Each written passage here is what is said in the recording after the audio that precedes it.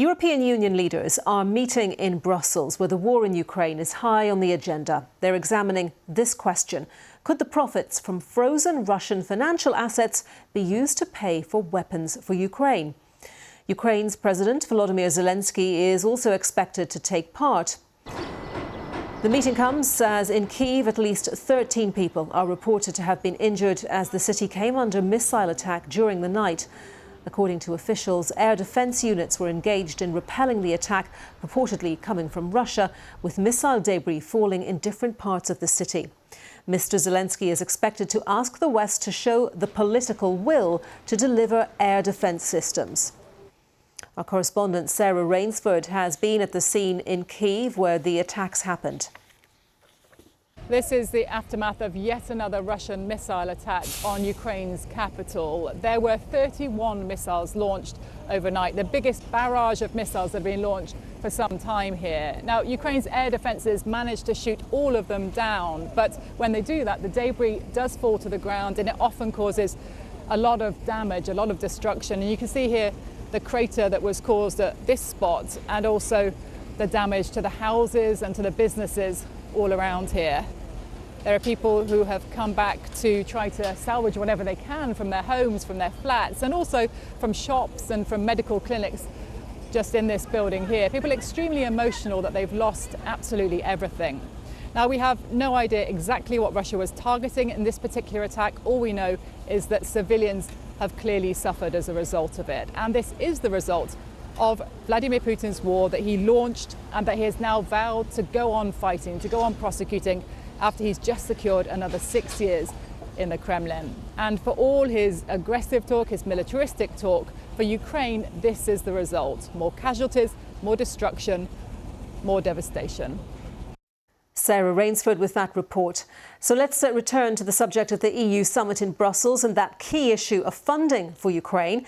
We can look at some figures. Last month, all 27 EU leaders agreed on a €50 billion aid package for the country. But in Washington, a $60 billion or €55 billion military aid package for Ukraine is still being delayed. It's being blocked by Republicans in the House of Representatives, caught up in domestic arguments over other policies. But Washington has proved to be Ukraine's most important military backer. It has provided tens of billions of dollars in support since Moscow invaded in February 2022. The amount of military aid given to Ukraine is tracked by the Kiel Institute. This chart shows commitments by governments up until mid-January. It tracks money already provided to Ukraine, as well as pledges to send funds in the future. It only shows military aid given by individual governments and not through the EU, which is why the EU isn't listed.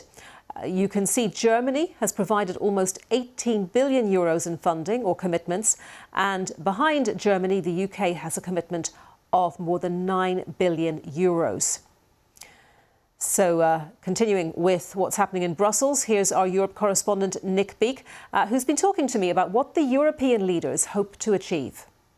All of the EU leaders are now in. They walked up the red carpet here past all the flags of the various 27 EU countries and have now gone in to start this meeting. It's the first of the year. It's the one that they hold sort of every 3 months or so. And as we've been hearing, the priority today really is on delivering more aid to Ukraine, specifically military hardware, to try and boost the Ukrainians' capability on the battlefield against Russia. Now, Olaf Scholz, the German Chancellor, the German leader, I think summed up the mood of a lot of the leaders here, saying that this has to be an absolute priority, delivering more aid to Ukraine. And as part of this, there's this new idea that's been put forward, and that is to take the profits from Russian assets that have been frozen in Europe, to take that money and basically convert it into military hardware, into rockets, all the rest of it, and send it so that Ukraine can use it. And that's something that will be discussed today. I don't think it will be signed off. I think it's quite a way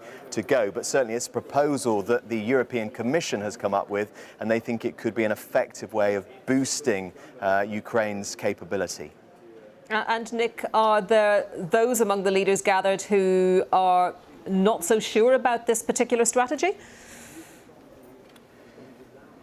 Yeah, I mean, I think that's definitely fair to say, Anita. Chiefly, you've got Viktor Orban of Hungary, who we know has remained close to Vladimir Putin over the past 2 years since the full-scale invasion of Ukraine. And we've seen before at meetings like this how he can hold things up and make them complicated. You might recall that 3 months ago in December, the historic decision was taken to start talks so that Ukraine could actually join the European Union. There's no such big decision today, but they managed to sort of work round it with Viktor Orban of Hungary. I'm not sure how he's going to react to this proposal that's been put forward. Also, slightly tricky, you've got countries like Malta and Ireland and Austria, traditionally not militarily aligned to anyone. So that makes things quite complicated in terms of taking these profits of frozen Russian assets and converting it into military capability. So I think there's something to watch out for. But also I think that there's a sort of changing mood in Europe at the moment, notably President Macron of France.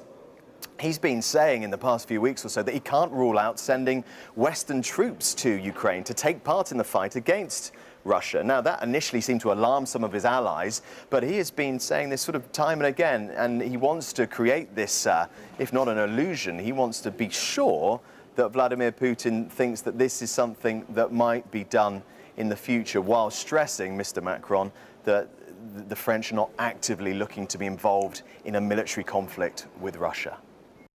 Nick Beake reporting, and let's stay with this story. Marina Miron is from the War Studies Department of King's College London and is an expert on the war in Ukraine. She said using the frozen assets would be a problematic move by the EU.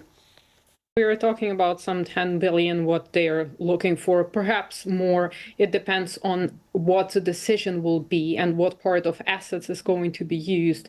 The problem here is, aside from legal issues operating in the legal gray areas, there are precedents to such sort of actions. For instance, during the Gulf War in 1991, however, it was the UN Security Council enforcing these kinds of decisions. The problem is that Europe also risks scaring away other countries which have assets in Europe. So it is problematic in that specific area, but it is also problematic in terms of procurement of weapons, meaning that releasing that money and giving it to Ukraine doesn't necessarily speed up the delivery of weapons.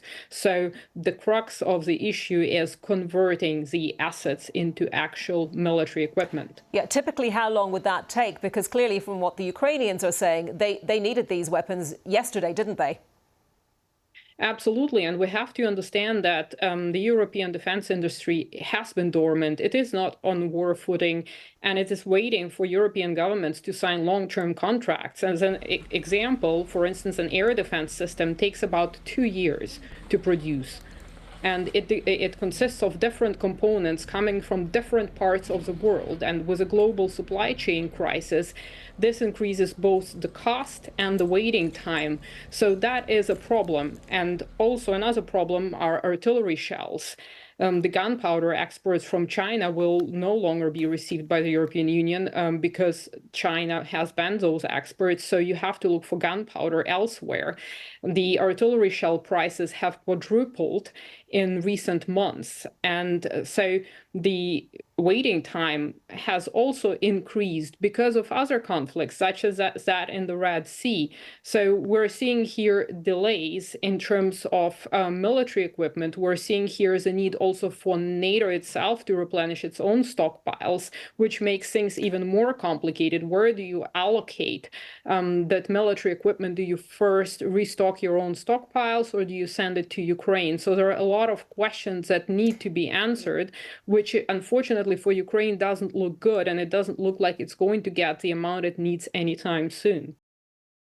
Marina Miron.